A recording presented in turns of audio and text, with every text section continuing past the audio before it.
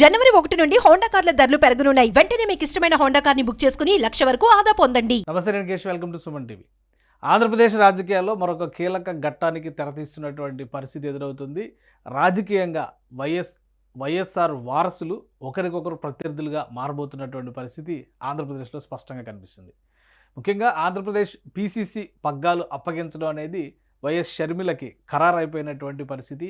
ఇప్పుడు ఆమె ఢిల్లీ ప్రయాణం అయ్యారు. కాంగ్రెస్ అధిష్టానం నుంచి పిలుపు అందుకోవడంతో ఇప్పటికే ఆమె బ్రదర్ అనిల్ కుమార్ ఢిల్లీలోనే మకాం వేస్తున్నటువంటి పరిస్థితి. ఇప్పుడు తాజాగా అధిష్టానం నుంచి పిలుపు రావడంతో షర్మిల ఢిల్లీ బయలుదేరి వెళ్ళారు. ఆల్రెడీ రాష్ట్రానికి చెందినటువంటి కీలకమైన నేతలు పీసీసీ కార్యవర్గంతో కూడా కాంగ్రెస్ అధిష్టానం సమాలోచనలు జరిపింది. ఒకరిద్దరు కొంత సానుకూలత వ్యక్తం చేయకపోయినప్పటికీ కూడా మిగతా వారందరూ కూడా షర్మిల రాకని ఆంధ్రప్రదేశ్ రాజకీయాల్లోకి స్వాగతించారు. గత ఎన్నికల్లో అంటే ముఖ్యంగా ఆంధ్రప్రదేశ్ విభజన తర్వాత గత 2 ఎన్నికల్లో కూడా కాంగ్రెస్ పార్టీ పూర్తిగా కుదేలైనటువంటి పరిస్థితి ఉంది. ఈ నేపథ్యంలో షర్మిలను తీసుకురావడం ద్వారా పార్టీలో ఒక జోష్ తీసుకురావచ్చని కాంగ్రెస్ పార్టీ అధిష్టానం భావిస్తుంది. ఇప్పటికే ఒక ఈక్వేషన్ ఆంధ్రప్రదేశ్ రాజకీయాల్లో నడుస్తుంది. వైఎస్ జగన్మోహన్ రెడ్డి ఆధ్వర్యంలో ఉన్నటువంటి వైఎస్ఆర్ కాంగ్రెస్ పార్టీ ఒంటరిగా పోటీ చేయడానికి సన్నాహాలు చేసుకుంటుంది. మరోవైపు తెలుగుదేశం, జనసేన ఒక కూటమిగా ఎన్నికలను ఎదుర్కోవడానికి సన్నద్ధమవుతుంది. ఈ నేపథ్యంలో కాంగ్రెస్ పార్టీ షర్మిలని తీసుకురావడం ద్వారా ఒక బలమైనటువంటి సవాల్ని ఈ 2 కూటములకి కూడా ఇవ్వాలి అనేటువంటి సంకేతాన్ని ఇవ్వడం ఇప్పుడు ఆంధ్రప్రదేశ్ రాజకీయాల్లో కీలక మలుపుగా చూడాలి. ఇక షర్మిల ఆంధ్రప్రదేశ్ కాంగ్రెస్ పగ్గాలు చేపడితే ఆమె తల్లి విజయమ్మ ఏం చేయబోతారు? కొడుకుని సపోర్ట్ చేస్తారా, కూతురిని సపోర్ట్ చేస్తారా? ఎందుకంటే తెలంగాణ రాజకీయాల్లో కీలకమైన శకంగా పరిగణిస్తూ వైఎస్ఆర్ తెలంగాణ పార్టీ ఆవిర్భావ సమయంలో ఆమె చేసినటువంటి ప్రకటన అందరికీ తెలుసు. ఆ ప్రకటన నేపథ్యంలో నిన్నటి వరకు కొడుకుతో ఉన్నాను, ఇప్పుడు కూతురు వెంటే ఉండాలనుకున్నాను, ఎందుకంటే షర్మిల కష్టకాలంలో ఉందనేటువంటి సంకేతాలు విజయమ్మ పంపించారు. ఆ నేపథ్యంలోనే వైఎస్ఆర్ కాంగ్రెస్ గౌరవ అధ్యక్షురాలు పదవి నుంచి కూడా విజయమ్మ తప్పుకోవాల్సినటువంటి పరిస్థితి అప్పుడు ఏర్పడింది. సో ఇప్పుడు కొడుకు కూతురు ఇద్దరు కూడా ఒకే రాష్ట్రంలో ప్రత్యర్థులుగా నిలబడుతున్నటువంటి తరుణంలో ఏం చేయబోతున్నారనేది ఆసక్తికరమైనటువంటి పరిణామం. మరొక ముఖ్యమైనటువంటి అంశం, ఢిల్లీకి పిలుపు రావడానికి ప్రధానమైనటువంటి కారణం పీసీసీ పగ్గాలు అప్పగించడంతో పాటు షర్మిలకి ఒక యాక్షన్ ప్లాన్ కాంగ్రెస్ అధిష్టానం ఇవ్వబోతుంది. ఆ యాక్షన్ ప్లాన్ ఏంటో ఒకసారి చూసేటువంటి ప్రయత్నం చేద్దాం. ప్రధానంగా ఈ అధిష్టానం ఇవ్వబోతున్నటువంటి యాక్షన్ ప్లాన్లో 2 కీలకమైనటువంటి అంశాలు ఉన్నాయి.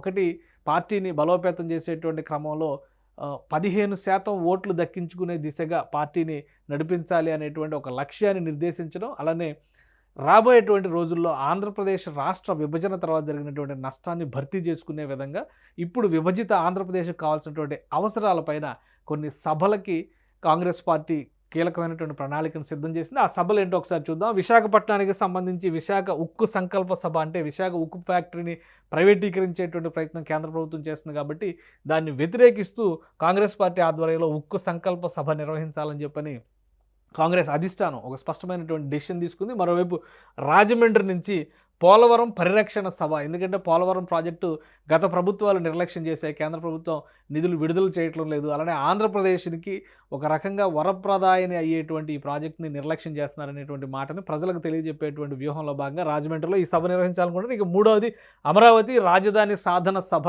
రాజధాని నిర్మాణం జరగాల్సినటువంటి అవసరం ఉంది, రాజధాని లేని రాష్ట్రంగా ఆంధ్రప్రదేశ్ని మార్చేశారనేటువంటి విషయంలో అమరావతిలో ఈ సభ నిర్వహించాలనుకుంటున్నారు. ఇక తిరుపతిలో ప్రత్యేక హోదా సాధన సభ, ఎందుకంటే తిరుపతి నుంచే గతంలో ఎన్నికల ప్రణాళికల భాగంగా ప్రధానమంత్రి అభ్యర్థిగా వచ్చినటువంటి నరేంద్ర మోడీ ప్రత్యేక హోదా ఇస్తామనేటువంటి ప్రకటన తిరుపతి కేంద్రంగా చేశారు కాబట్టి అక్కడ ప్రత్యేక హోదా సాధన సభ నిర్వహించాలనేటువంటి నిర్ణయానికి కాంగ్రెస్ అధిష్టానం వచ్చింది.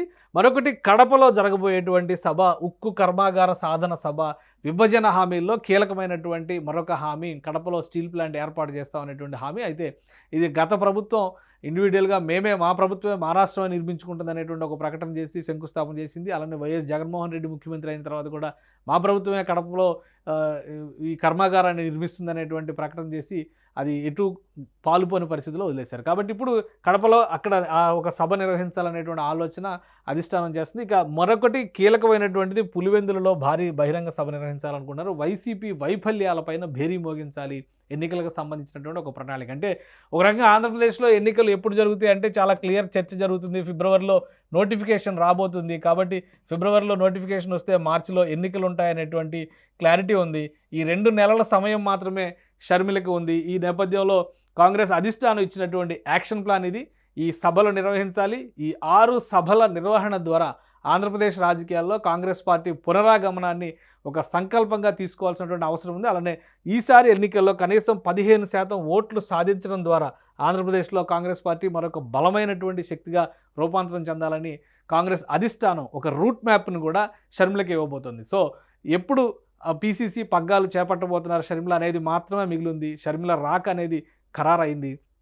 రాబోయేటువంటి రోజుల్లో మళ్ళీ కాంగ్రెస్ పార్టీ ఆంధ్రప్రదేశ్లో పునరుత్తేజం పొందుతుందా లేదా అనేటువంటి విషయంలో కూడా కాంగ్రెస్కి కొన్ని లక్ష్యాలు, కాంగ్రెస్ పార్టీ కొన్ని లక్ష్యాలను నిర్దేశించింది.